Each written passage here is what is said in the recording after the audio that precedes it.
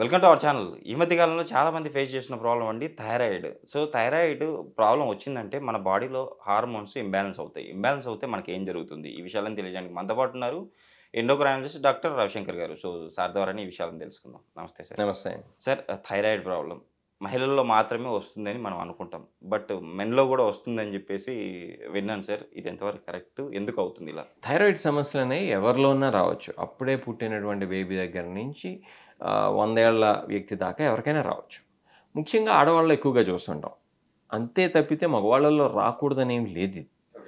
ఈ సంగతి చాలామందికి తెలీదనమాట. ఇది ఆడవాళ్ళలో మాత్రమే వస్తుందని చెప్పి అనుకుంటారు. అది ఎంత మాత్రం నిజం కాదు. కాకపోతే ఆడవాళ్ళలో ఎక్కువగా వస్తుంది. అట్లనే ఇంతకుముందు మనం చెప్పుకున్నటువంటి విధంగా చిన్నపిల్లల్లో రావచ్చు, పెద్దవాళ్ళలో రావచ్చు, నడి వయసు వాళ్ళలో రావచ్చు, బాగా ముసలి వాళ్ళలో రావచ్చు. కాబట్టి ఏ వయసులో ఉన్నటువంటి వాళ్ళకైనా, ఏ జెండర్ అయినా కూడా థైరాయిడ్ ప్రాబ్లమ్ రావచ్చు. సో, ఇలా వచ్చిన వాళ్ళకి ఎలాంటి కాంప్లికేషన్స్ ఎదుర్కొనే అవకాశం ఉంది వాళ్ళు? ఇప్పుడు అసలు ఎటువంటి థైరాయిడ్ సమస్యలు ఉన్నాయనేది తెలుసుకోవాలి. హైపోథైరాయిడిజం అంటే ఏంటి? బాగా తక్కువగా థైరాయిడ్ హార్మోన్ ఉంటే హైపోథైరాయిడిజం అని చెప్పి చెప్తూ ఉంటాం.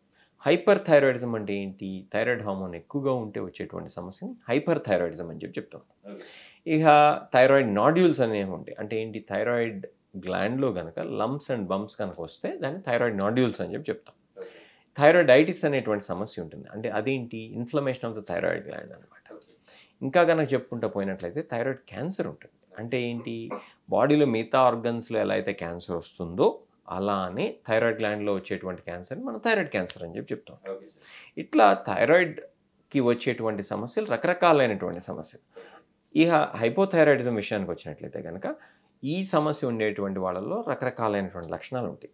వాళ్ళు సరైనటువంటి చికిత్స కనుక తీసుకున్నట్లయితే వెయిట్ గెయిన్ ఉంటాం, కాన్స్టిపేషన్ ఉంటాం, డ్రై స్కిన్ ఉంటాం, హెయిర్ ఫాల్ ఉంటాం, ఇర్రెగ్యులర్ మెన్స్ట్రల్ పీరియడ్స్ ఉంటాం, అలానే థైరాయిడ్ గ్లాండ్ బాగా స్వెల్లింగ్ రావటం, ఇంకా కనుక చెప్పుకుంటూ పోయినట్లయితే high blood pressure, high cholesterol, kidney సమస్యలు, ముందు ముందు హార్ట్ సమస్యలు, కోమాలోకి వెళ్ళిపోవటం, చనిపోవటం కూడా చూస్తుంటాం. ఇది సరిగ్గా కనుక చికిత్స కనుక తీసుకున్నట్లయితే. Okay sir. అందరిలో అన్నీ వస్తాయని కాదు, అది కూడా బాగా నెగ్లెక్ట్ చేసినట్లయితే సీరియస్ సమస్యలు ఎక్కువగా వస్తాయి తీవ్రంగా.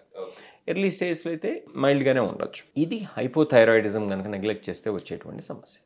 హైపర్ థైరాయిడిజం విషయానికి వచ్చినట్లయితే హైపర్ థైరాయిడిజంలో లక్షణాలు వేరేగా ఉంటాయి. వాళ్ళలో ఏంటి? వెయిట్ లాస్ ఉంటుంది, బాగా వేడిగా ఉన్నట్టు ఉంటుంది, స్వెట్టింగ్ ఎక్కువగా ఉంటుంది, వణుకుతూ ఉంటారు, బాగా యాంగ్షియస్గా ఉంటారు, ఇరిటబుల్గా ఉంటారు, కళ్ళు ఉబ్బెత్తుగా కొంతమంది బల్జ్ అవుతూ ఉంటాయి, థైరాయిడ్ సంబంధించిన స్వెల్లింగ్ ఉండొచ్చు, ఇర్రెగ్యులర్ మెన్స్ట్రల్ పీరియడ్స్ హైపోథైరాయిడిజంలోనూ ఉండొచ్చు, హైపర్ థైరాయిడిజంలోనూ ఉండొచ్చు.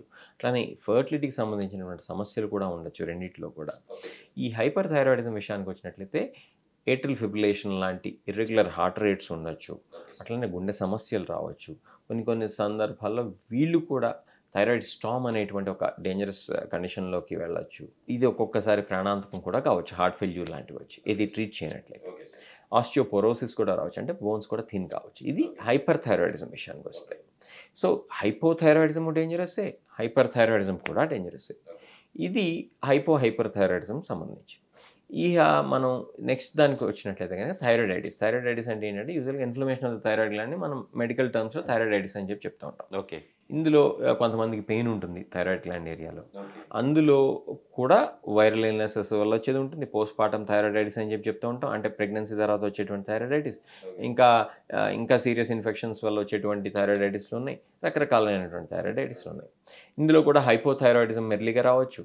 అలా దానికన్నా ముందు హైపర్ థైరాయిడిజం రావచ్చు. మీ మధ్య నార్మల్ హార్మోన్స్ కూడా ఉండొచ్చు. అంటే hyper thyroidism followed by normal thyroid hormones followed by hypothyroidism.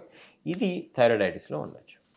ఇందులో కూడా ఏంటంటే కొన్ని సందర్భాల్లో ఈ గిడ్యూల్స్ చూస్తూ ఉంటాం, అల్ట్రాసౌండ్ చేసినట్లయితే ఇలా రకరకాలైనటువంటి సమస్యలు థైరాయిడైటిస్ ఉండేటువంటి వాళ్ళల్లో కూడా ఏ స్టేజ్లో మనం పికప్ చేసామనే దాన్ని బట్టి ఉంటుంది. ఇంకా థైరాయిడ్ నాడ్యూల్స్ చూసుకున్నట్లయితే కనుక కొంతమంది మాకు ఇక్కడ లంప్స్ ఉన్నాయి, చిన్న బెళ్ళల్లాగా తగులుతున్నాయి అని చెప్పి వస్తూ ఉంటారు మా దగ్గరికి. వాటిని థైరాయిడ్ నాడ్యూల్స్ అని చెప్పి చెప్తూ ఉంటాం. ఈ థైరాయిడ్ నాడ్యూల్స్ అనేవి కొన్ని రకాలైనటువంటి సమస్యలకు కారణం అవుతాయి. కొన్నిసార్లు క్యాన్సర్ కింద మారచ్చు. కొన్ని సందర్భాల్లో అయితే క్యాన్సర్ కాకపోయినా కూడా మింగటం కష్టంగా కానీ, గాలి పీలవటం కష్టంగా కానీ, లేకపోతే పక్కన నర్వ్స్ని ఏమైనా కంప్రెస్ చేసినా కూడా మనకి ప్రాబ్లమ్స్ వస్తాయి. దీన్నే ఇంకా మొత్తం థైరాయిడ్ గ్లాండ్ కనుక స్వెల్ అయితే కనుక మనం యూజువల్ గాయిటర్ అని చెప్పి చెప్తూ ఉంటాం. ఓకే, థైరాయిడ్ గ్లాండ్కి సంబంధించి ఎటువంటి స్వెల్లింగ్ అయినా గాయిటర్ అని పిలవచ్చు. యూజువల్గా ఏంటంటే ఒక ఏరియాలోనే వస్తే నాడ్యూల్స్ అని చెప్పి చెప్తూ ఉంటాం అనమాట. సో ఇది థైరాయిడ్ నాడ్యూల్ సంబంధించినటువంటి విషయం. లాస్ట్ చెప్పుకోవాల్సిన క్యాన్సర్. థైరాయిడ్ క్యాన్సర్ విషయానికి వచ్చినట్లయితే థైరాయిడ్ క్యాన్సర్ అనేది మిగతా క్యాన్సర్లానే కొన్ని సందర్భాల్లో ప్రాణాంతకం కావచ్చు. కొన్ని సందర్భాల్లో ఇమీడియట్గా చంపేయకపోయినా కూడా అది బాడీలో స్ప్రెడ్ అవ్వటం, దానివల్ల వేరే సమస్యలు రావటం, ఉత్తరోత్తర ట్రీట్మెంట్ కనుక సరిగ్గా ఇవ్వనట్లయితే కనుక చనిపోవటం అనేది మనం చూస్తూ ఉంటాం. సార్ ఇలా ఈ ప్రాబ్లంతో మీ దగ్గరికి వస్తే వాళ్ళకి మీరైతే ఎలాంటి ట్రీట్మెంట్ ఇస్తారు? ఎలాంటి మెడిసిన్ ఇస్తారు? ఇప్పుడు ఒక్కొక్క సమస్యను తీసుకుందాం. హైపోథైరాయిడిజం తీసుకున్నట్లయితే థైరాయిడ్ హార్మోన్ లెవెల్స్ తగ్గినాయి కాబట్టి మనం ఏ హార్మోన్ అయితే తగ్గిందో దాన్ని టాబ్లెట్ల రూపంలో ఇస్తూ ఉంటాం. అది hypothyroidism treatment. Okay. Hyper thyroidism విషయానికి వచ్చినట్లయితే కనుక థైరాయిడ్ హార్మోన్ ఎక్కువగా ఉంది కాబట్టి యాంటీ థైరాయిడ్ మెడికేషన్స్ వాడుకుంటాం. కార్బెమజోల్ కానీ, మెథిమజోల్ కానీ, ప్రొపైల్ థైరోఎస్ఎల్ కానీ. కొన్ని సందర్భాల్లో హైపర్ థైరాయిడిజంకి మనం రేడియోఐడిన్ ట్రీట్మెంట్ కూడా ఇస్తాం. రేర్గా అయితే కనుక థైరాయిడ్ సర్జరీ చేస్తుంటాం. ఇది హైపర్ థైరాయిడిజం. థైరాయిడైటిస్కి చికిత్స అనేది యూజువల్గా పెద్దగా ఇవ్వాల్సినటువంటి అవసరం ఉండదు. కొన్ని సందర్భాల్లో మాత్రం హైపోథైరాయిడిజం వచ్చేసి కనుక ఉన్నట్లయితే కనుక వాళ్ళకి మనం థైరాయిడ్ హార్మోన్ రీప్లేస్మెంట్ ఇవ్వాల్సి రావచ్చు. హైపర్ థైరాయిడిజం ఫేజ్లోనేమో మనం బీటా బ్లాకర్స్ కానీ, సిమ్టమాటిక్ రిలీఫ్ కానీ ఇవ్వాల్సి రావచ్చు. కొన్ని కేసెస్లో అయితే కనుక ఎన్ఎస్ఐడీస్ కానీ, లేకపోతే పెయిన్ కంట్రోల్ మెడికేషన్స్ కానీ ఇట్లాంటివి వాడుతుంటాం. రేర్గా కార్టికోస్టెరాయిడ్స్ వాడుతూ ఉంటాం రేర్గా. ఇది థైరాయిడైటిస్ చికిత్స. ఓకే. ఇక నెక్స్ట్ మనం ఈ థైరాయిడ్ నాడ్యూల్స్ విషయానికి వచ్చినట్లయితే కనుక అందులో క్యాన్సర్ ఉందా అనేటువంటి డౌట్ కనుక ఉన్నట్లయితే మనం ఎఫ్ఎన్ఏ టెస్ట్ లాంటివి చేస్తాం. ఎఫ్ఎన్ఏసిలో ఏమొచ్చిందనే దాన్ని బట్టి థైరాయిడ్ సర్జరీ అవసరమా అనేది మనం నిర్ధారిస్తాం. కొన్ని సందర్భాల్లో క్యాన్సర్ లేకపోయినా కూడా ఆ థైరాయిడ్ స్వెల్లింగ్ ఉండి దానివల్ల మనకి ప్రెషర్ సిమ్టమ్స్ ఉన్నా, అది బాగా పెరుగుతున్నా, కాస్మెటిక్గా చూడటానికి బాగోకపోయినా కూడా సర్జరీ లాంటివి చేయాల్సి రావచ్చు. ఇంకా లాస్ట్ థైరాయిడ్ క్యాన్సర్ విషయానికి వచ్చినట్లయితే దానికి యూజువల్గా సర్జరీ చికిత్స, దాంతోపాటు మనం రేడియోఐడిన్ చికిత్సను కూడా వాడుతూ ఉంటాం. సరే, ఓకే సార్. అంటే ఈ ట్రీట్మెంట్ జరిగేటప్పుడు ఏమన్నా ఆహార నియమాల్లో అంటే చేంజెస్ ఏమైనా చెప్తారా పేషెంట్స్కి? చాలామంది హైపోథైరాయిడిజం విషయంలో తెలియక పాపం ఆ ఆహార నియమాలు పాటించాలి, ఈ ఆహార నియమాలు పాటించాలని టెన్షన్ పడుతూ ఉంటారు. ఇది ఎందుకు చెప్తున్నానంటే వీటన్నిటిలో కూడా మనం కామన్గా చూసేటువంటి కండిషన్ హైపోథైరాయిడిజం కాదు. హైపోథైరాయిడిజం విషయానికి వచ్చినట్లయితే ఎటువంటి ఆహార నియమాలు అక్కర్లేదు. ఒకే ఒక్క జాగ్రత్త పాటించాలి. అన్ని రకాలైనటువంటి ఆహారాలు తీసుకోవచ్చు. కాకపోతే థైరాయిడ్ ట్యాబ్లెట్ వేసుకున్న గంట సేపు దాకా కాఫీ, టీ, టిఫిన్ చేయకూడదు. అంటే ఎటువంటి ఆహార పదార్థాలు తీసుకోకూడదు ఎక్సెప్ట్ వాటర్. ఇది థైరాయిడ్ ట్యాబ్లెట్ వేసుకున్న తర్వాత హైపోథైరాయిడిజంలో. హైపర్ థైరాయిడిజంలో పెద్దగా ఆహార నియమాలు అయితే ఉండవు. రేడియోఐడిన్ ట్రీట్మెంట్ లాంటివి ప్లాన్ చేస్తుంటే మాత్రం కొద్ది రోజుల పాటు ఈ సీ ఫుడ్ తీసుకోవద్దని చెప్తారు. ఎందుకంటే అందులో అయోడిన్ కాంటెంట్ ఎక్కువగా ఉంటుంది కాబట్టి. అది స్పెషల్ కేసు మాత్రమే.